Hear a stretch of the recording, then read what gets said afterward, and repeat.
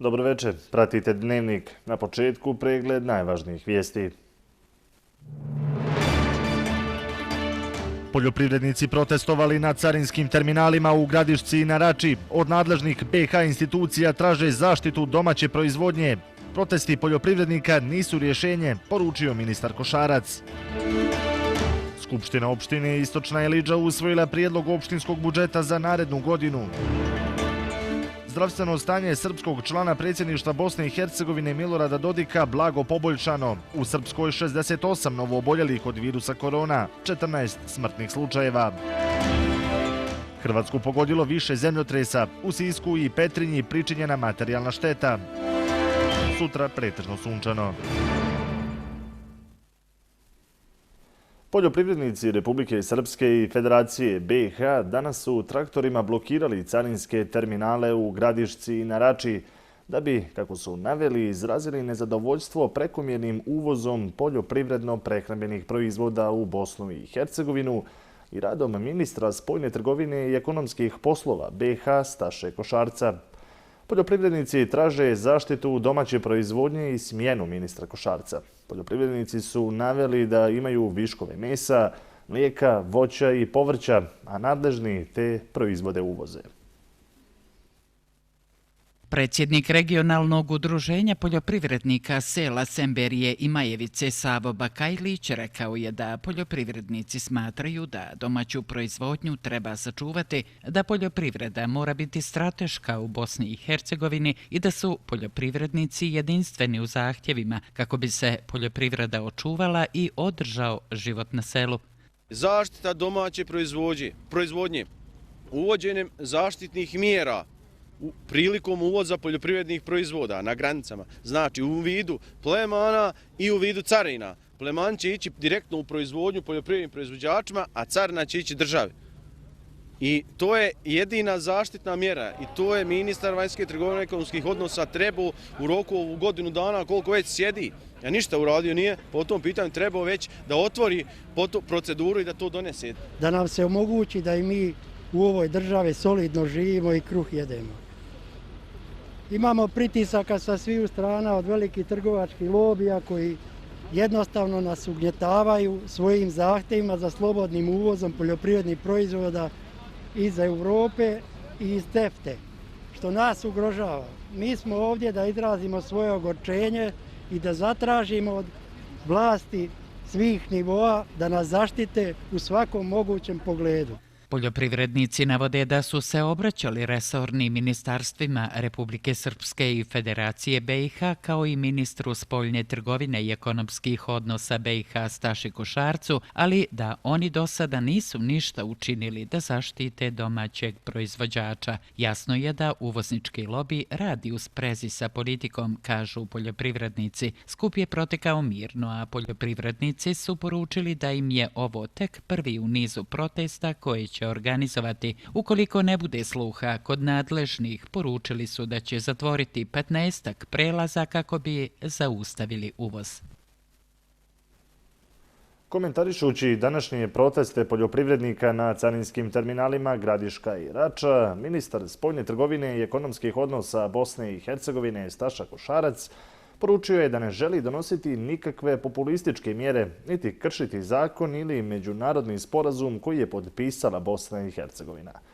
Komentarišući to što poljoprivrednici traže njegovu ostavku, Košarac je rekao da njegovu ostavku može da traži politička struktura koja ga je kandidovala i predsjedavajući Savjeta ministara Zoran Tegeltija.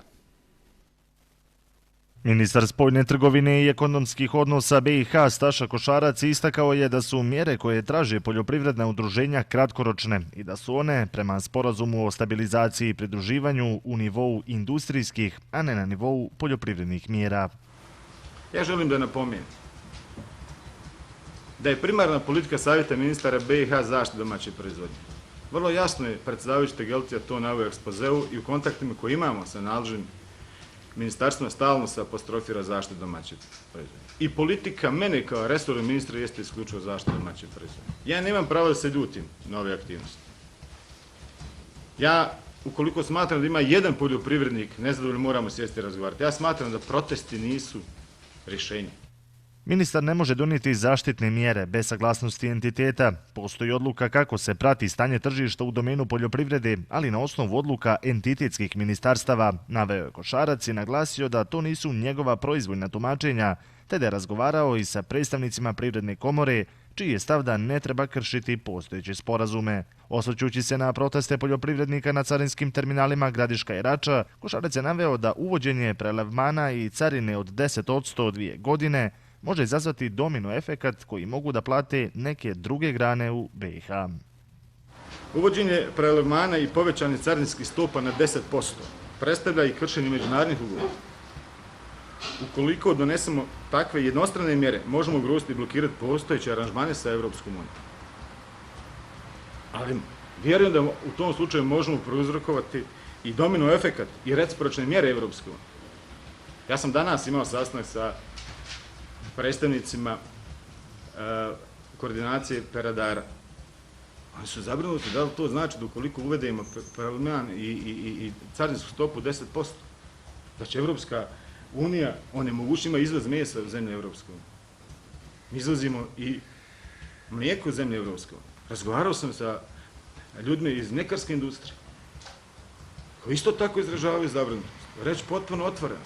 Dobili smo dopise i čini mi se skoro 18 mesoprerađivača koji izražavaju također zabrinutost.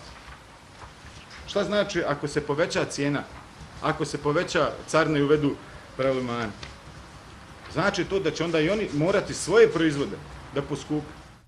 Košarac je ponovio da ministarstvo nema nadležnost da predlaže otkupnu cijenu, a komentarišući to što poljoprivrednici traže njegovu ostavku, Košarac je rekao da njegovu ostavku može da traži jedino politička struktura koja ga je kandidovala i predsjedavajući savjeta ministara Zoran Tegeltija, a ne, kako je naveo, malobrojni pojedinci iz udruženja.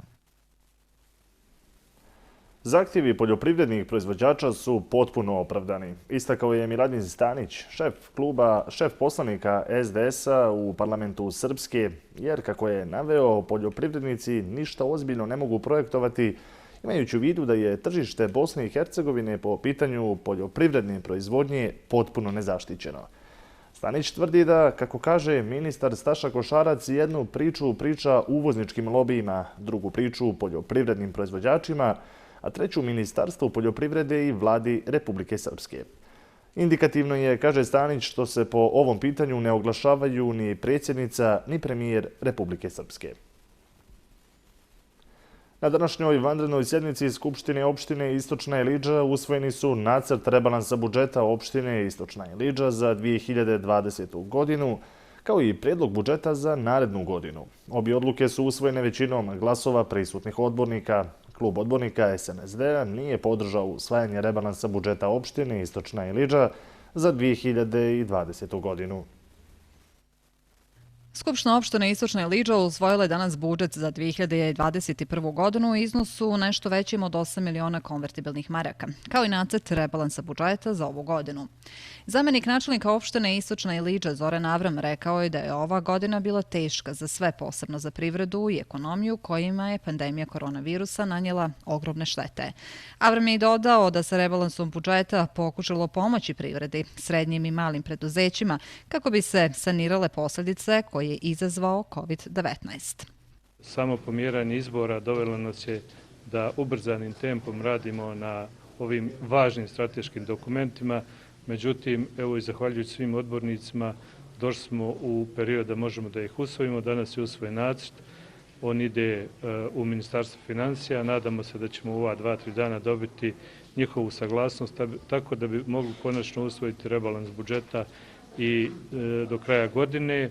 Šef kluba poslanika SNSD-a Vladimir Ćosović rekao je da odbornici te stranke nisu podržali usvajanje rebalansa budžeta opštine Istočna Ilidža za 2020. godinu, jer je to, kako je Ćosović istakao, izborni rebalans budžeta.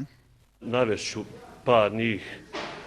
Jedna od tih stavki jeste ugovori o dijelu u iznosu od 70-80 hiljada koji nisu planirani u budžetu.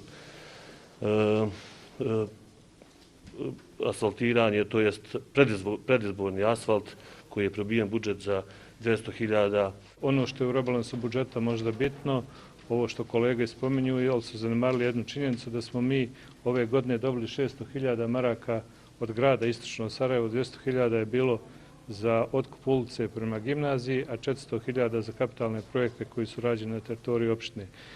Ljudi ne mogu da shvate da određene stvari koje su namjenske se moraju namjenski trošiti, prvenstveno renta i uređenje po članu 78, znači gdje investitori traže da sredstva koja plaćaju ulože u svoju zemlju, zbog toga su neke stavke kao što su parkinzi i javna rasvjeta veći.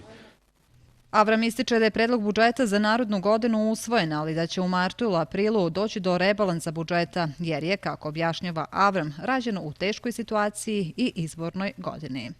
Jer zbog izbora, kad je pomjereno, došli smo u situaciju da se nije znalo koji će, da li stari sazivi, da li novi usvajati budžet, tako da je ovo neki planirani budžet koji će zadovoljiti da možemo funkcionisati u 2021. godini, ali naravno mislim da ćemo morati ići u rebalans budžeta za 2021. godinu da neke stvari posložimo prema onim stvarima koje je načelnik inače obećao da će se raditi u ovom nekom 4-godišnjem periodu.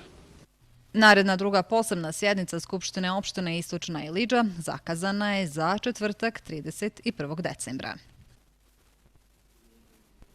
Iz Udruženja građana veterani Republike Srpske danas su istakli da medijski napisi da je osnivač i prvi predsjednik udruženja Duško Vukotić navodno donio iz Luganska ikonu koja je nedavno poklonjena šefu ruske diplomatije Sergeju Lavrovu, predstavljaju još jedan u nizu organizovanih napada na ovo udruženje i borce Vojske Republike Srpske.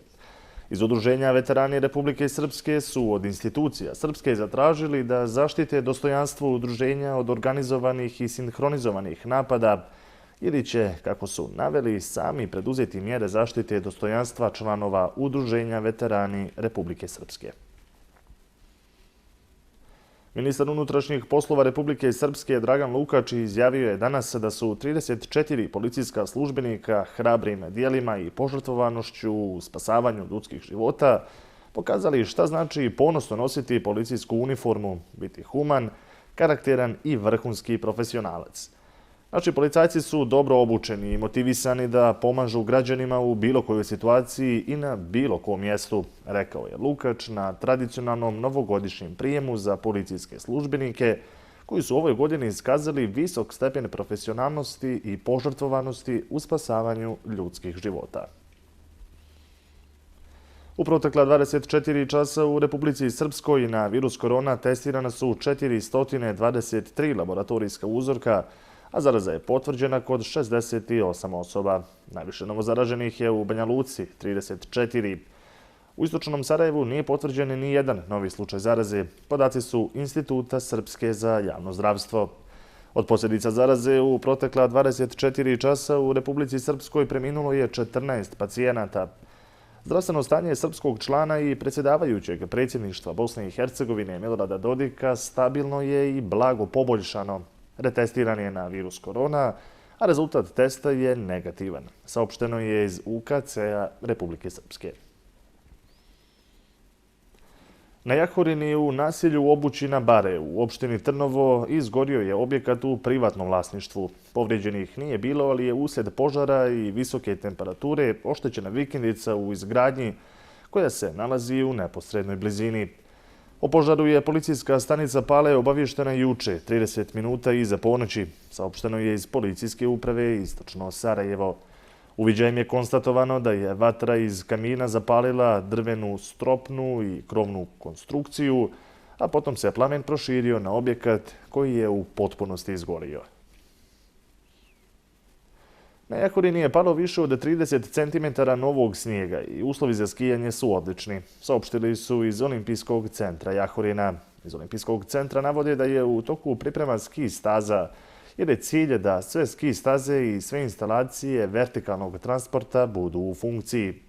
Otkazane su sve manifestacije i koncerti na planini, a doček nove godine Olimpijski centar ove godine organizuje na drugačiji način. Novogodišnjim skijanjem sa vrha staze Poljice 31. decembra od 22 časa do 2 časa iza ponoći. Za novogodišnje skijanje važića je jedinstvena ski karta po cijeni od 50 konvertibilnih maraka.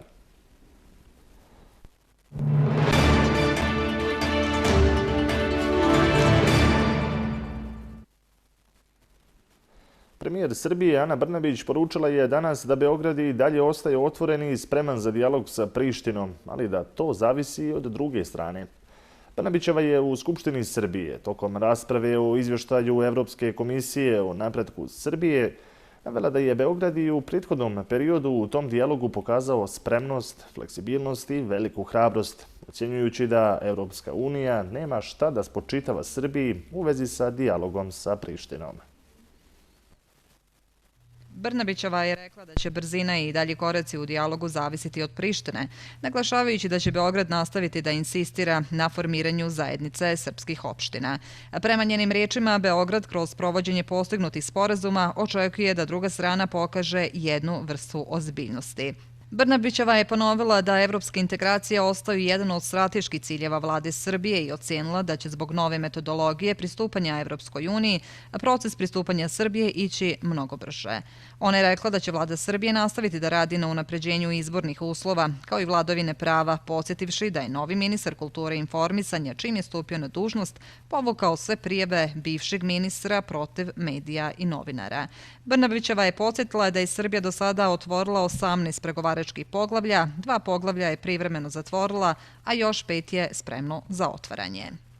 Novi komandant KFOR-a na Kosovu i Metohiji, italijanski general Franco Federici, ocjenio je da je bezbjednosna situacija stabilna i istakao da je KFOR uspostavio odličnu i efektivnu saradnju sa Srbima kao i sa drugim zajednicama. Mnogi naši timovi za vezu i praćenje, moje oči i uši na terenu, nalaze se u srpskim opštinama i u svakodnevnom su kontaktu sa organima vlasti i građanima. Ovo je od ključnog značaja za zajednički život i dijalog u multietničkom okruženju. Bezbjednost počiva na saradnji. Računamo na sve da budu odmjereni i podržavaju sve napore čiji je cilj izbjegavanje tenzija, rekao je Federici. Direktor Kancelarije vlade Srbije za Kosovo i Metohiju Petar Petković izjavio je povodom najava iz Prištine da će pokrenuti istragu u slučaju dolaska vakcine protiv virusa korona na Kosmet, da ničije političke ambicije ne smiju da budu iznad zdravlja i života ljudi. Virus korona ne poznaje nečije etničko porijeklo, što dobro razumije Srbija, koja prema preporuci predsjednika Aleksandra Vučića nastoji da obezbedi dovoljne količine vakcina i za druge zajednice i sredine na Kosovu i Metohiji, kao što smo u jeku pandemije poklonili 1000 PCR testova Institutu za javno zdravlje u Prištini. Naša je obaveza da obezbedimo dovoljne količine vakcina za sve građane bez izuzetka, rekao je Petković. Petković je naglasio da je nezamislivo da neko politiku stavlja iznad očuvanja života i da u trenutku kada se čitav svijet bori sa pandemijom i kada se bliži cifri od 2 miliona preminulih, želi da se obračunava sa vakcinama i sprečava imunizaciju. Hrvatsku je jutros potreslo više zemljotresa. Oko pola 7 zemljotres jačine 5,2 stepena Richtera potresao je područje Perinje i Siska. Potom je uslijedilo više slabijih potresa i 2 jača potresa koji su oko 8 časova pogodili područje Petrinje. U Sisku i u Petrinji pričinjena je materijalna šteta na starijim zgradama, a nema izvještaja o povrijeđenima. Hrvatski predsjednik Zoran Milanović i premijer Andrej Plenković posjetili su Sisak. Jaki potresi pogodili su rano jutro centralnu Hrvatsku. Prvi u 6 sati i 28 minuta jačine 5,2 stepena prema Richteru, sa epicentrom 5 km jugozapadno od Petrinje i 12 km od Siska. Slijedila su još 2 zemljotresa jačine 4,7 i 4,1 na istom epicentralnom području.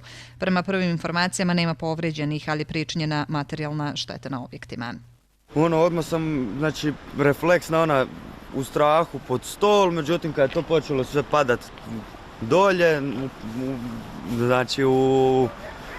do starog odmah vidjeti šta je, moji su se probudili, uplašili, a nije niko ozlijeđen, sam je nastala šteta. Eto, neka u kući, ali nije velika. Svi su stanari izletili van, malo su se urušili stanovi, nisu zidovi popucali, makar u blizini jesu. I to je to, više manje, ljudi su se uznemirili, a situacija je okej. Nekih većih šteta u kojima je najvažnije da nema, ali uglavnom pukotina i svega ostalo i nesigurnosti što takvi objekti ostavljaju ima. Premijer Hrvatske Andrej Plenković, koji je uz predsjednika Hrvatske Zorana Milanovića i više ministara posjetio jutros zemljotresom pogođeni Sisak, rekao je da će građanima biti na raspolaganju sve službe. Plenković je izrazio zadovoljstvo što u ovom gradu niko nije stradao uslijed zemljotresa. Ovdje i civilna zaštita, ukoliko u Petrinji, gdje je smještena hrvatska vojska, zatreba pomoć civilnim službama. Pomoć će da se raščisti šteta koja je u Petrinji malo veća nego u Sisku, rekao je Plenković. Plenković je izrazio zadovoljstvo što zemljotres ipak nije ostavio veću štetu, napominjući da je to saznao tokom jutrošnjih razgovora sa čelnicima pogođenih gradova. Ministarstvo unutrašnjih poslova Srbije brzom i efikasnom akcijom evakuisali su noćas 6 ruskih državljana, među kojima su bili beba i 10-godišnje dijete, koji su se minibusom zaglavili u snježnim nanosima u mjestu Stublo, nedaleko od Zlatibora.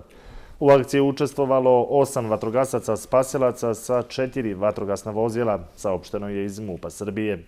Iz MUP-a su apelovali na vozače da, imajući u vidu snježne padavine, koriste adekvatnu zimsku opremu i da vožnju prilagode vremenskim uslovima.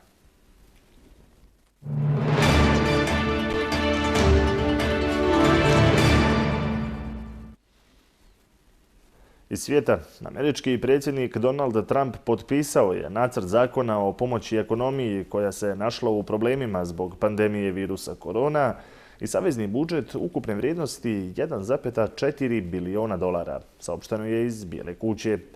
Finansijski paket odobrio je Kongres nakon višemjesečnih pregovora i kompromisa.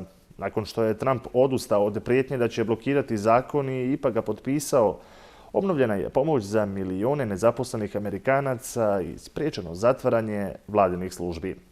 Iz svijeta još nekoliko vijesti.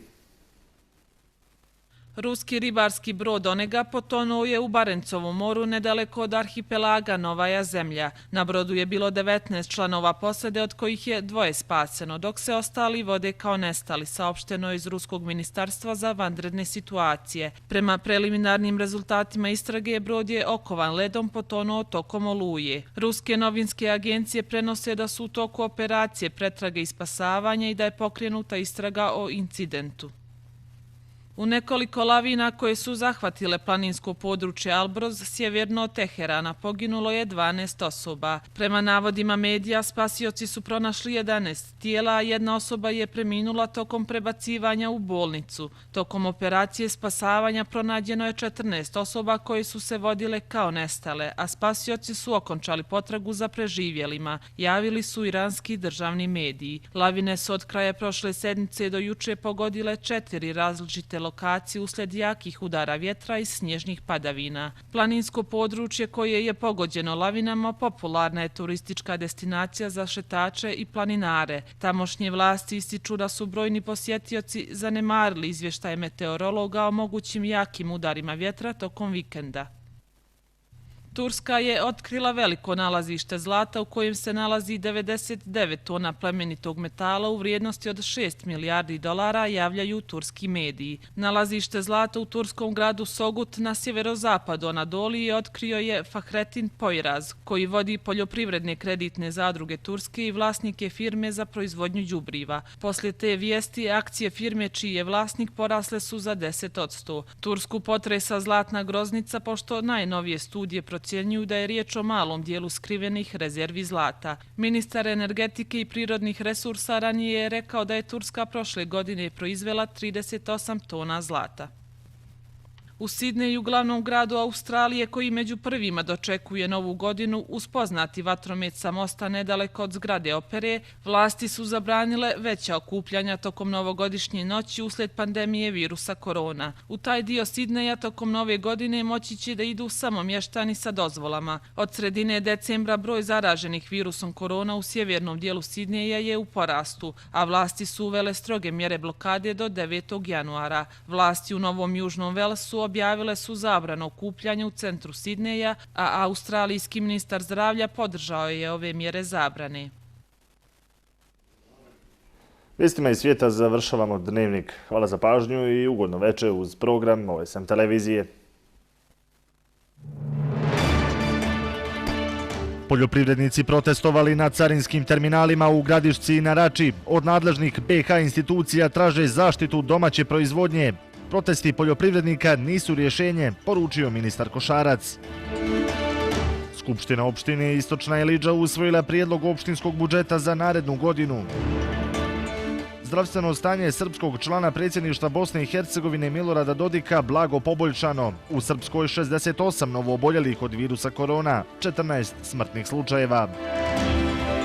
Hrvatsku pogodilo više zemljotresa, u Sisku i Petrinji pričinjena materijalna šteta. Sutra pretežno sunčano.